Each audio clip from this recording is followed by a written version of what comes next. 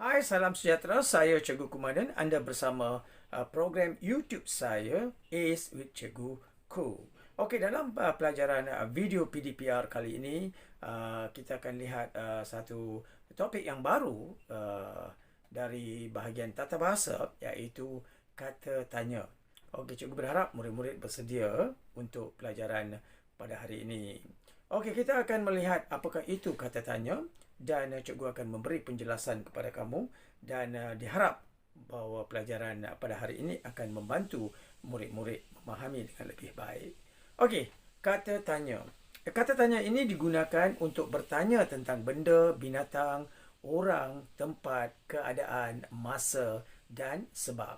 Okey, murid-murid harus faham bahawa kata tanya ini kita guna untuk bertanya tentang benda, binatang, orang, tempat, keadaan, masa dan juga sebab. Jadi kita ada satu perkataan khas yang spesifik kita gunakan untuk mengajukan soalan, bertanya soalan. Itu yang kita kata sebagai kata tanya. Dan murid-murid juga harus faham bahawa selalunya kata tanya ini, ayat yang terdiri daripada kata tanya ini akan diakhiri dengan tanda tanya. Okey, ada tanda tanya di penghujung ayat. There's a question mark at the end of the sentence. Okay, ada tanda soal. Itu bermakna ayat itu mengaju soalan, bertanya soalan. Jadi kita harus memberi jawapan kepada soalan ayat tersebut. Okay, dan juga hendaklah disertai dengan partikel kah. Okay, partikel kah, partikel KAH. Ini kita sebut sebagai partikel kah. Jadi ada dua keadaan di sini. Ayat tanya, kata soal, di mana satu berakhir dengan tanda soal dan satu lagi adalah disertakan dengan partikel kah. Itu bermakna soalan ditanya, soalan diajukan. Okey, dan kita harus memberi jawapan. Baiklah, mari kita sama-sama lihat kata tanya yang pertama. Okey, kata tanya yang pertama ialah apa? Okey, apa adalah untuk menanyakan benda, tempat ataupun perkara. Okey, apa digunakan untuk menyoal ataupun menanyakan benda, perkara ataupun tempat. Okey, sebagai contohnya anda boleh lihat di skrin, apakah warna kotak itu? Nampak tak di situ? Ayat itu diakhiri dengan tanda soal. Okey, apakah? Tengok ada partikel kah di selepas tanda ayat perkataan tanya itu. Apakah warna kotak itu? Jadi ini adalah disebut sebagai ayat soal, ayat tanya ya. Mari kita sama-sama lihat lagi contoh ya. Boleh rujuk kepada contoh yang cikgu berikan di skrin ini. Okey. Apakah hobi kamu? Apakah? Maksudnya bertanyakan hobi kamu. What is your hobby? So apa? What dalam bahasa Inggeris ya. Contoh yang kedua, apakah nama kucing kesayangan kamu? Apakah nama kucing kesayangan kamu? Jadi kita bertanya soalan apakah. Okey. Itu adalah kata tanya apa. Sekarang mari kita lihat yang kedua, iaitu mana. Okey? Mana. Okey, mana ni menanyakan tempat. Mana ni menanyakan tempat. Okey? Juga boleh digunakan untuk menanyakan benda ataupun orang, ya, boleh juga. Okey, jadi lihat contoh yang diberikan di sini. Di manakah kasut saya? Di manakah kasut saya? Where is my shoe? Jadi mana ditambah dengan partikel ke. Okey, cikgu bagi satu lagi contoh. Di manakah kamu letak beg komputer saya? Di manakah kamu letak beg komputer saya? Nampak tak perkataan penggunaan mana? Where. Dalam bahasa Inggeris, where. Okey, kita lihat contoh. Okey, cuba lihat skrin ini ya. Di manakah kamu tinggal? Di manakah kamu tinggal? Mana? Maksudnya tempat tinggal kamu lah. Okey. Yang keduanya, di manakah beg sekolah kamu? Di manakah beg sekolah kamu? Jadi ini adalah kata tanya mana. Dalam bahasa Inggeris kita kata where. Okey. Yang ketiganya, kita lihat kepada kata tanya siapa. Siapa ini? Menanyakan orang atau nama orang. Menanyakan orang ataupun nama orang. Okey? Baiklah, murid-murid. Lihat contoh yang diberikan. Budak itu anak siapa? Budak itu anak siapa? Jadi siapa? Siapa anak siapa? Okey?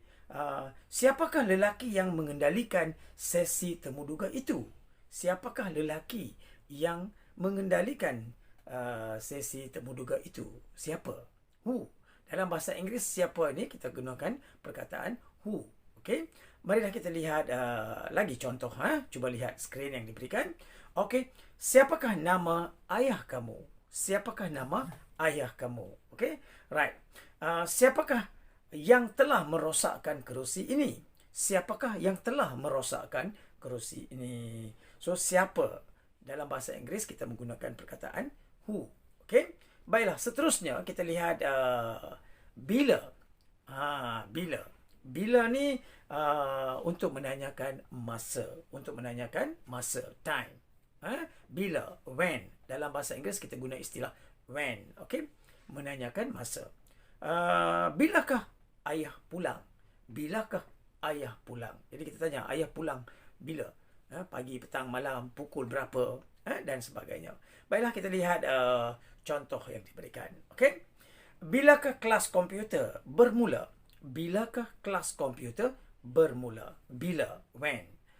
Bilakah kamu pergi ke perpustakaan? Bilakah kamu pergi ke perpustakaan? Bila? When? Okey, itu untuk menanyakan masa. Okey. Yang seterusnya kita lihat contoh kata soal, kata tanya, iaitu mengapa. Mengapa untuk menanyakan sebab. Untuk menanyakan sebab ataupun alasan. Okey. Mengapakah kamu menangis? Mengapa? Why. Dalam bahasa Inggeris kita menggunakan satu istilah, iaitu why. Mengapa kamu menangis? Okey, kita lihat beberapa contoh ya untuk perkataan mengapa ya. Okey, cuba lihat skrin. Mengapakah murid-murid belajar komputer? Mengapakah murid-murid belajar komputer? Okey, contoh yang kedua. Mengapakah kakak menyiram pokok bunga? Mengapakah kakak menyiram pokok bunga? So, bertanyakan sebab, menanyakan sebab. Kita nak alasan, kita nak sebab. Kita nak tahu sebab apa. Mengapa? Why. Dalam bahasa Inggeris, why. Okey? Baiklah murid-murid, seterusnya untuk aktiviti ataupun kerja rumah kepada murid-murid, cikgu berikan lembaran kerja, cikgu berikan soalan, beberapa soalan yang perlu murid-murid jawab. Okey? Soalannya tertera di skrin ini ya. Okey, soalan yang pertama, Perdana Menteri Malaysia. Perdana Menteri Malaysia. Okey, ada tanda soal di penghujung Jadi apakah perkataan kata tanya yang sesuai untuk diletakkan di sini? Fikirkan. Soalan yang kedua, Bevan tidak datang ke sekolah. Bevan tidak datang ke sekolah. Ada tanda soalan bertanya. Okey? So, fikirkan jawapan yang sesuai untuk diletakkan di situ. Soalan yang ketiga, Menara Kuala Lumpur diresmikan. Okey, Menara Kuala Lumpur diresmikan. Fikirkan apakah jawapan yang sesuai untuk diletakkan di situ. Yang keempat, letaknya kompleks sukan Bukit Jalil. Letaknya kompleks sukan Bukit Jalil. Apakah tanda tanya ataupun kata tanya ataupun kata soal yang sesuai untuk soalan yang keempat ini.